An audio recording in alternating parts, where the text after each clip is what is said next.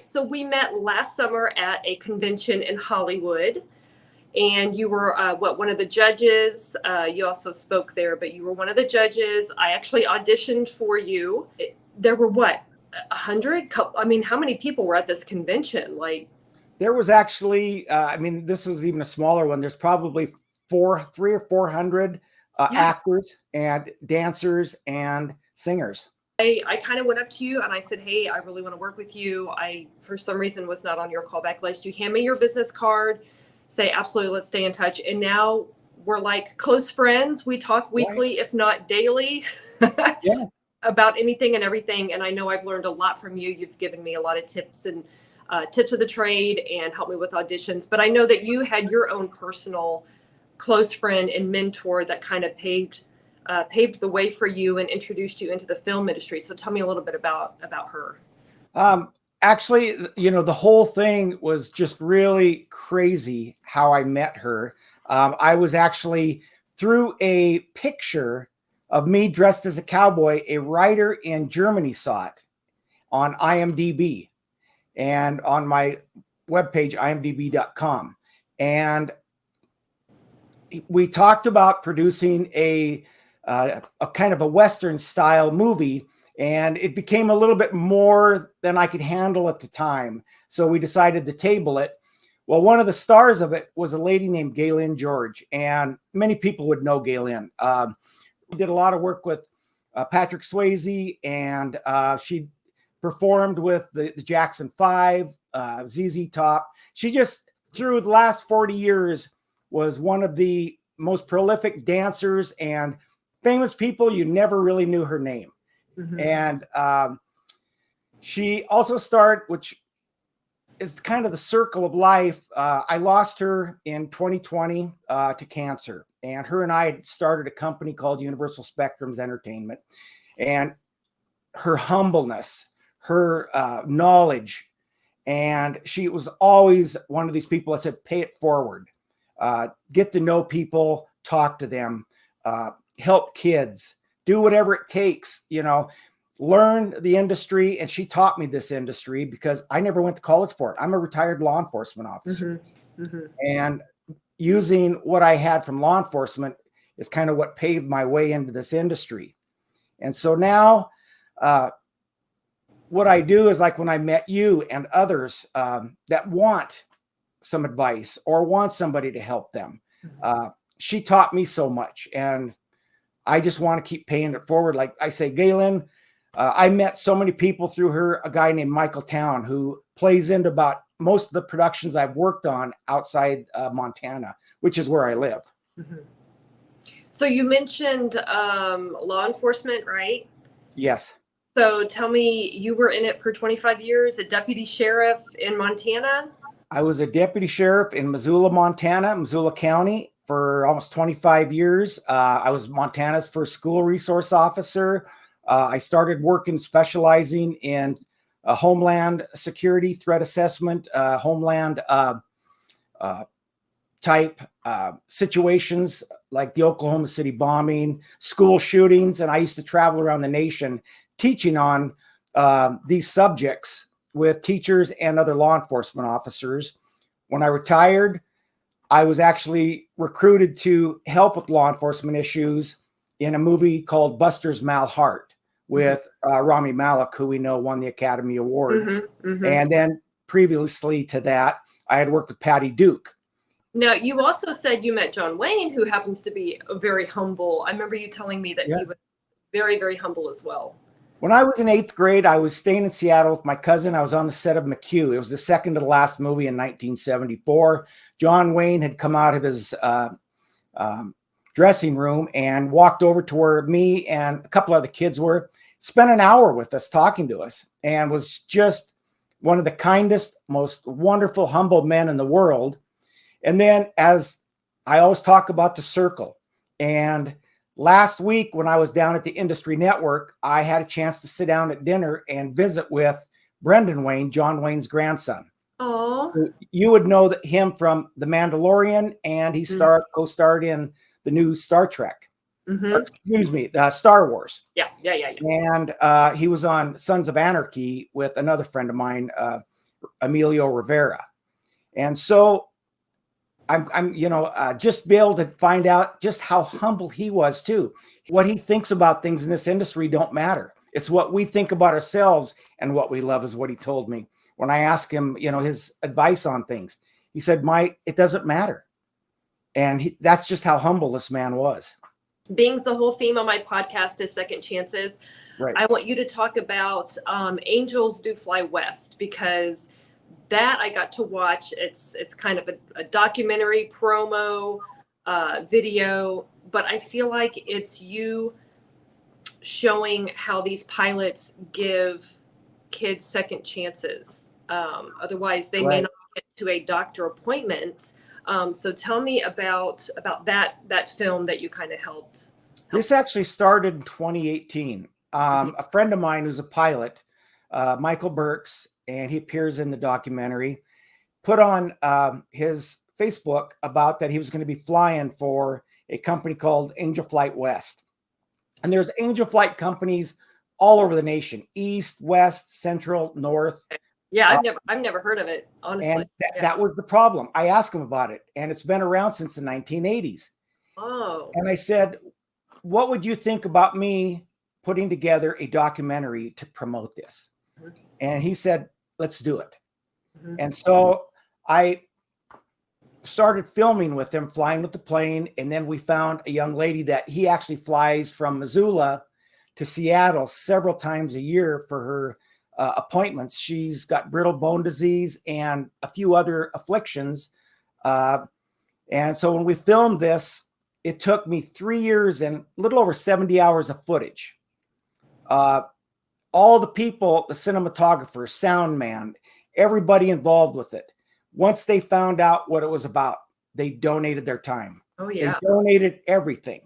And so we made this film, and it took myself and a man named my editor, Michael Town again, I met through Galen George. He's been in the industry 34 years, 30 or 40 years. He's the star of Teller's Camp. So there's the circle. Every time if you find a dream team, you stay with them. Yeah. You keep working with them. And so we put this together and made a 12-minute and 30-second documentary. And it's an emotional documentary about this pilot and the little girl he flies around free of charge to get her to her appointments and doctors in Seattle from Montana, because the car ride is just too painful for her.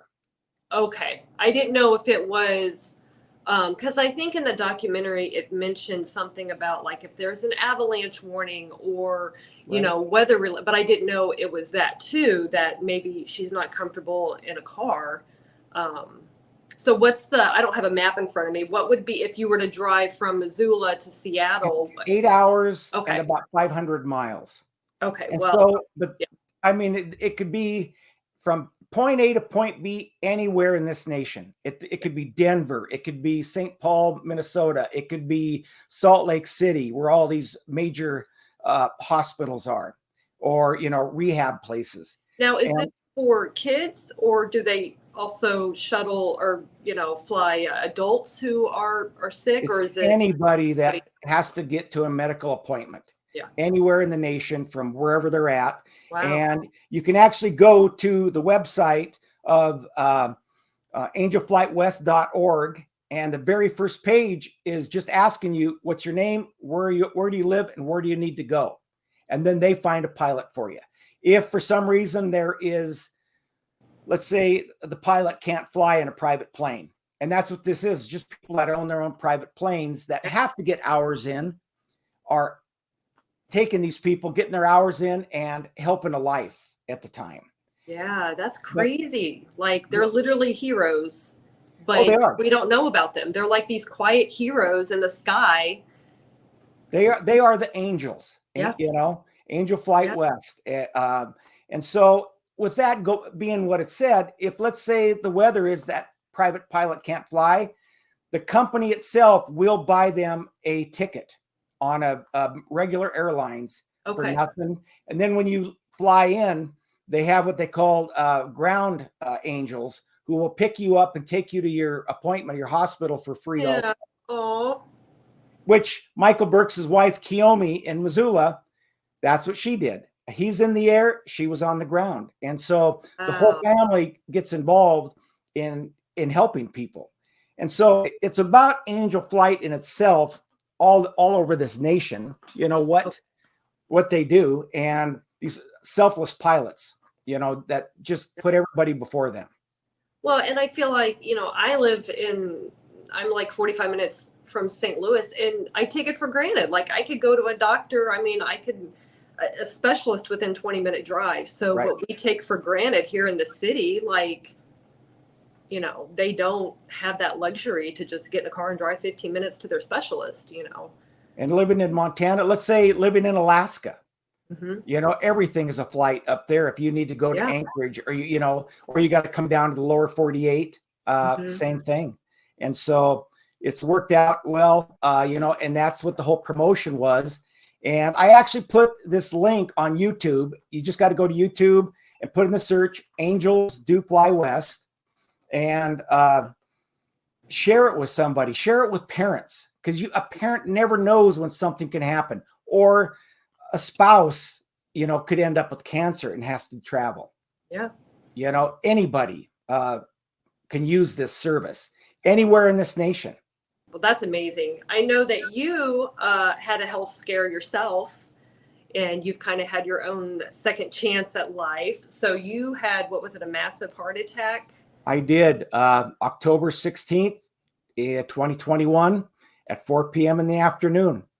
It's a moment of time that changed my life. Was taken to the hospital in an ambulance. You know, law enforcement. Plus, when I was working on movies at that time, I couldn't say no, and I was taking on 6 different movies, sleeping a few hours a day, stress. It was a second chance, and that's when I reevaluated my entire life. My cardiologist told me, you should not be here right now. How's it changed? Are you like setting boundaries, I assume, with like work and life? And well, my puppies are come number one. All right. And my family, kids, grandkids, everybody here. I only take on what projects I know are not going to overstress me, because I am retired law enforcement, so I am retired. I need to live a retired life too, but enjoy what I'm doing. So I work on projects now that are ones that I want to work on, that I'm having fun with. And there's still a little stress, but life is stress. Right. We're not promised an easy life, right? No, we're not, Yeah. you know? And so I just enjoy life now. I know you love Westerns. Oh, I love them. And you were part of a film called Teller's Camp. Right. And I had the privilege of watching it. I watched it with my husband, and he described it as, this is really authentic. So tell me how they were able to get Teller's Camp, which I think of Western, I think of John Wayne, I think of, like, my dad was a big John Wayne fan, like McNeil and Shane, and I always watched the Westerns that had comedy and the saloons. So I watched this one, and it's slower paced, and it's literally like, it kind of sucks you in. But how did they go about getting it to be authentic, like an authentic Western? Jared Zabel, who wrote it and directed it, his dad, Bryce Zabel, actually was a writer and is an Emmy-winning writer with Lois and Clark and the Superman series of the 80s and 90s. Mm-hmm. So a very prominent family within the industry. And Jared met a guy at the Telluride Festival, and I just lost his name, but he explained to him what the script was he wanted to write, and about this. And this guy told him it has to be made. It's something, we look at it as a historical Western, is how we dub it.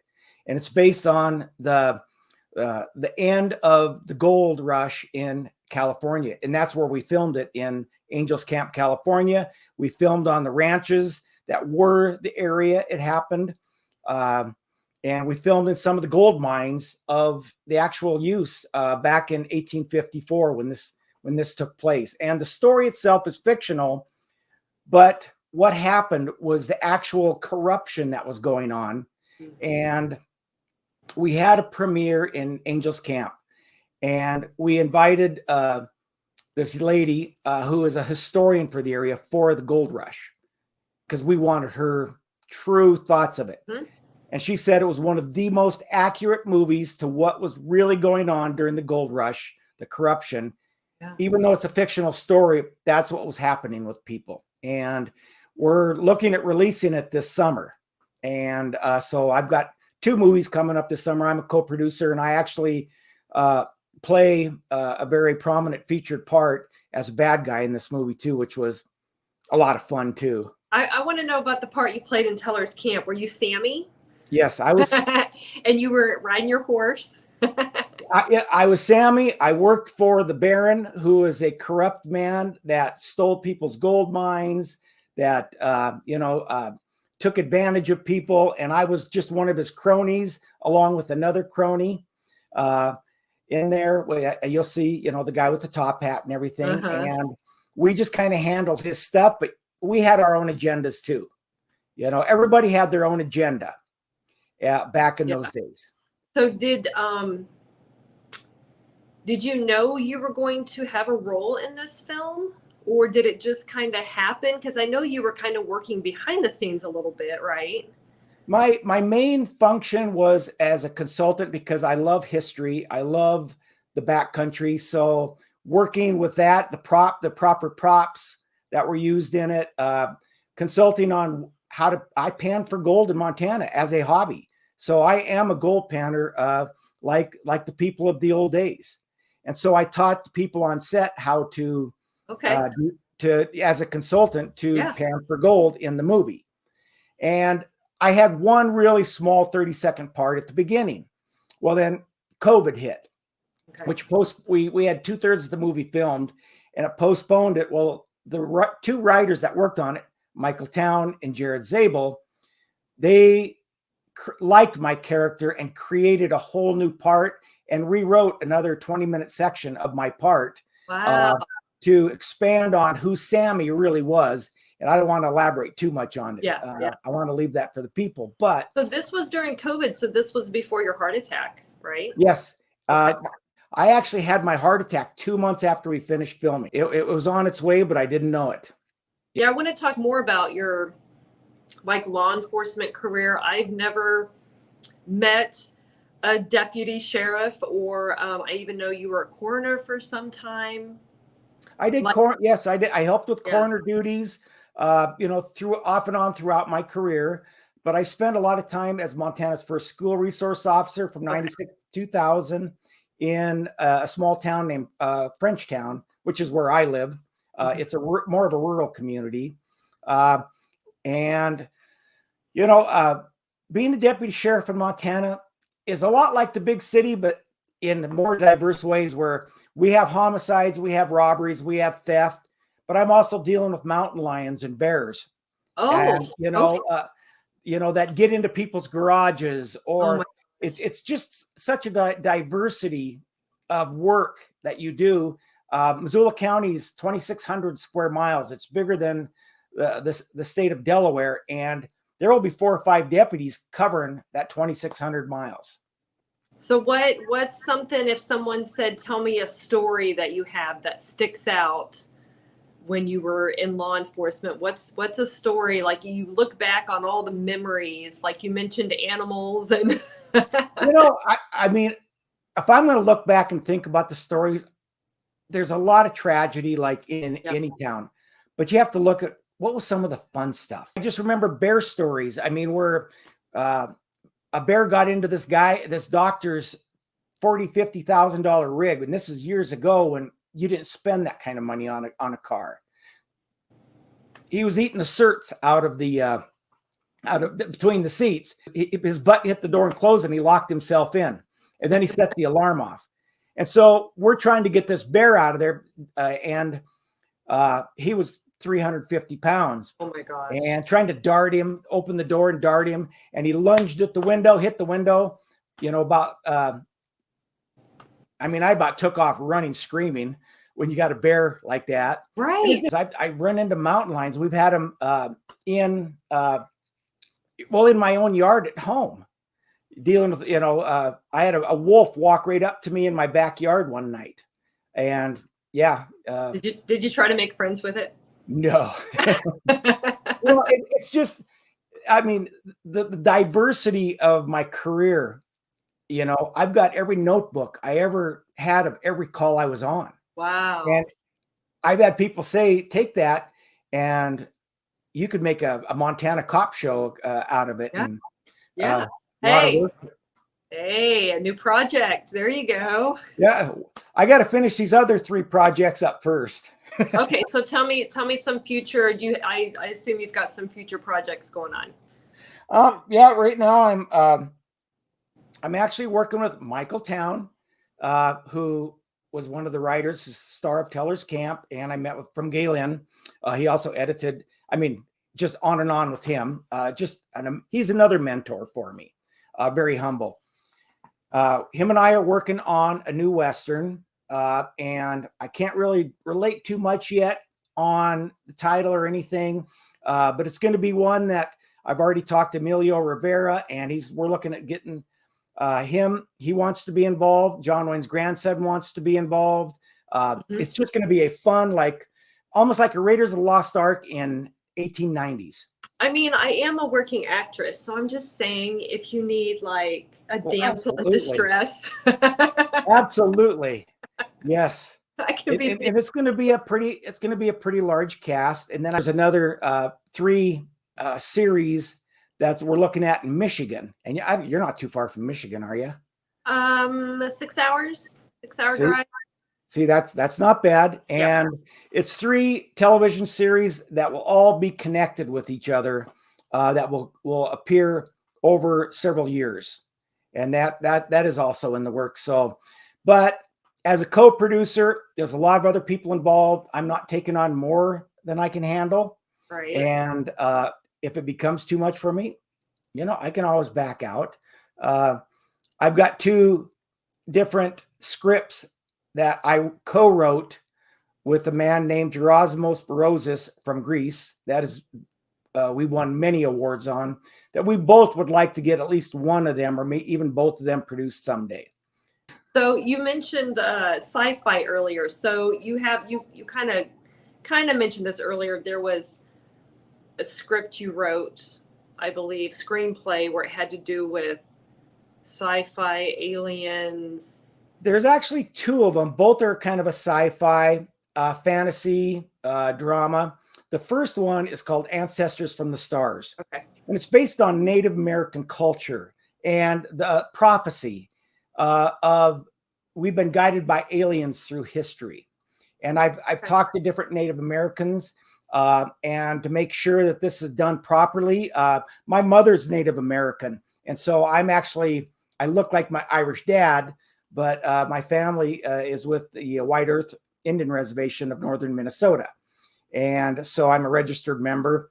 It allows me to work a little bit more knowing the history of their beliefs of alien life. You go back to the Incas and you go back to the Mayans, some of the different, cave dwellings, stuff like that, where you see cave paintings that look like an alien with a helmet on. You've seen that through history. And they've all believed that somehow there's been some guidance, and it's prophecy. Okay. And so this is the prophecy of the beginning of time to the end of time. This is a very positive, very uplifting movie. This is not about anything bad. It's right. To show the true beliefs that Native Americans have. And so it's one of those feel-good movies when you walk out. It's uplifting. It's what their belief is. Yeah. So you just earlier you said you just got back from Industry Network, which is kind of the convention that we met at last summer. So for people that don't know what Industry Network is, do you want to kind of tell them? It's just it's this big convention of talent. You know, it's like a collection of many things. It's a collection of like the red carpets, the awards ceremonies that you see in Hollywood and everything. And it's in Burbank at Universal Sheridan, next to Universal Studios. And it's become international. There's acting academies all over the nation, all over the world that bring actors there. And they have casting directors, they have Hollywood agents, Hollywood managers, and they have 200 or 300, 400 of these clients come in from around the world, and they do auditions in different areas, monologues, they do singing, modeling, TV commercials, and they get scored on it. But it gives these managers and agents, casting directors, an opportunity to look at new talent that they would previously never have an opportunity to go find new talent to start signing these people to help promote them. Well, and I think it helps the talent too, because, you know, little old me that lives outside of state, where would I go to even sign on with an agent? It's not like you can just knock on an agency door and be like, sign me up. So, you know, I think it's the best of both worlds. You know, you get the talent, absolutely, casting, you get, you know, they're in front of the talent. You had to live in Hollywood. You had to live in Atlanta. Yeah. You had to live in New York, where these prominent places are for filming, to make it in this industry. And these people are all, most of them are brand new acting, have never really done a audition before, are actually having a chance to go before some of the biggest talent managers in Hollywood to find somebody to represent them. I mean, I did it in 2017. And from 2017 till now, my entire life is just, if you would have told me in 2017 that I would be doing what I'm doing now, producing movies, I directed the documentary, I've been winning awards, I would just laugh you right out of the room. So we have like 5 minutes left. So I wrote down, we get to play the this or that game. Are you ready to play the this or that game? Oh boy. Okay. Are you ready? Yeah, I'm ready. All right. Cookies or cake? Oh, cookies. African safari or a boat ride in Venice? A boat ride in Venice. Android or smartphone, or like Apple smartphone, whatever they are? Apple. Okay. A fan on in the bedroom at night or no fan? Depends how hot it is, but I like peace and quiet, total quiet, so nothing. Law enforcement or film industry? You know what? Law enforcement, 25, almost 32 years, been there, done that, seen it. Don't want, you know, I don't need to do it again. I wouldn't go back to it, but I would never give up what I did.